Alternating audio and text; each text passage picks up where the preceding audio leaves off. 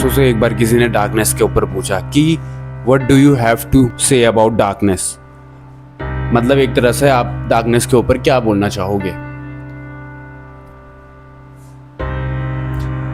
और जब से मैंने ये जवाब सुना, जब से मैंने इस चीज़ को जाना कि वो उसने क्या बोला था, तब से मुझे डार्कनेस से प्यार हो चुका है। I love darkness and I tell you Y.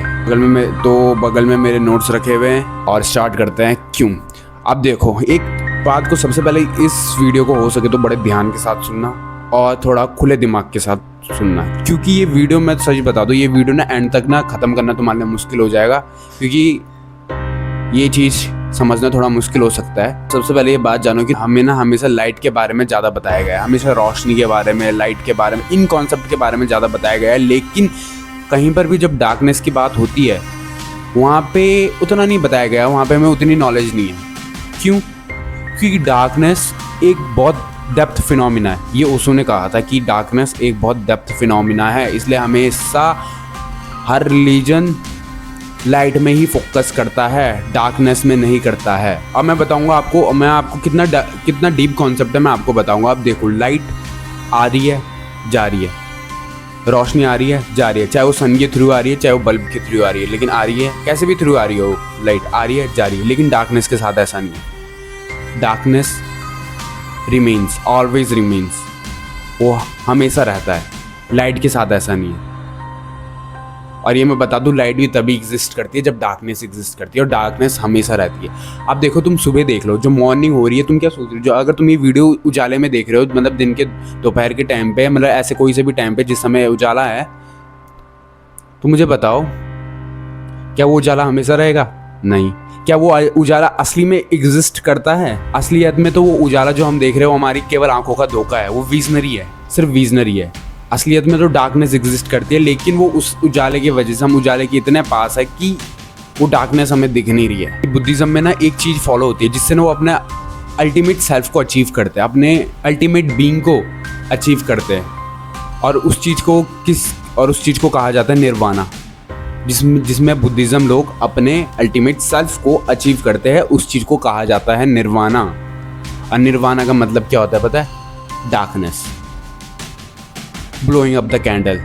लेकिन कभी भी वो इसे डार्कनेस से रेफर नहीं करते। निर्वाणा का मतलब होता है डार्कनेस, लेकिन कभी भी बुद्धिज्म लोग इसे डार्कनेस से यूज़ नहीं करते, क्योंकि हमें सिर्फ बताया, हमें डार्कनेस, हमें एक गलत कॉन्सेप्ट बताया गया, लेकिन डार्कनेस इज डेप्थ कॉन्सेप्ट और nirvana is related to the darkness. जहाँ पे हमें डार्कनेस दिख जाए ना, वहाँ पे हम एक तरह से उसको डेथ से रेफर्स करते हैं। क्यों दिखता है? क्योंकि जब भी डार्क रहता है ना, तो एक तरह से ना हमारे लाइक थ्रेट सा महसूस होता है, हमें लगता है कुछ खतरा, क्योंकि उस समय ना कोई भीड़ रहती है, ना कोई क्राउड रहता है, जंगली जानवर भी रात अंधेरे में ही बाहर निकलते हैं। और वहीं अगर देखा जाए तो उजाले में हमें लोग दिखते हैं, हमें आसपास दुनिया दिखती है, हमें दिख रहा है, सब कुछ हो रहा है। इसलिए ना हमने ना डार्कनेस को हमेशा डेथ से कॉन्सेप्ट कर दिया। लेकिन तुम्हें पता है, क्योंकि रोशनी हमें दिखा रही है, हमें भीड़ दिख रही है, हमें क्राउड दिख रहा है, हमें लोग दिख रहे हैं, जिसकी वजह से हमें सिक्योरिटी फील हो रही है, हमें थ्रेट महसूस नहीं हो रहा है, हम सेफ फील कर रहे हैं। लेकिन जैसे ही डार्कनेस आती है, हम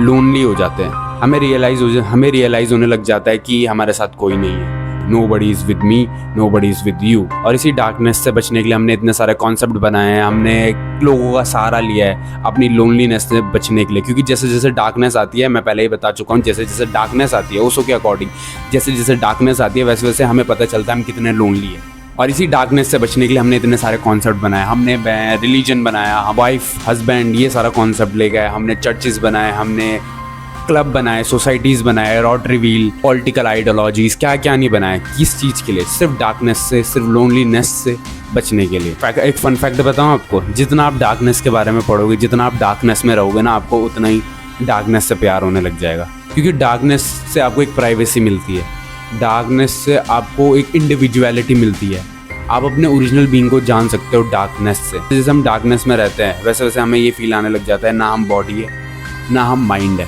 हम कुछ नहीं है, we are nothing, we are zero. और देखना, जिसने डार्कनेस को फॉलो किया है ना, उसका ना भगवान से, उसने एक तरह से भगवान को डिस्कार्ड कर दिया है। उसको हेल, हेवन, भगवान, इन सब से बहुत कम फ़र्क पड़ने लगा है, क्योंकि उसने एक स्पॉट जान लिया अपने अंदर, डार्कनेस का एक स्पॉट जान लिया अपने अंदर, जो एक एटर्नल स्पॉट है, जिसको डिस्ट्रॉय नहीं किया जाता, जिस स्पॉट को, वो स्पॉट जो तुम्हारे अंदर, जो मेरे अंदर, वो स्पॉट है डार्कनेस। जैसे जैसे तुम डार्कनेस को देखोगे वैसे वैसे तुम्हें रियलाइज हो जाएगा कि तुम असलियत में अंदर से बहुत अलोन हो। डार्कनेस से दूर रखा गया है ताकि हम अपने आप को बचा सके, हम अपने आप को अलोन होने से बचा सके, हम अपने आप को लोनली होने से बचा सके।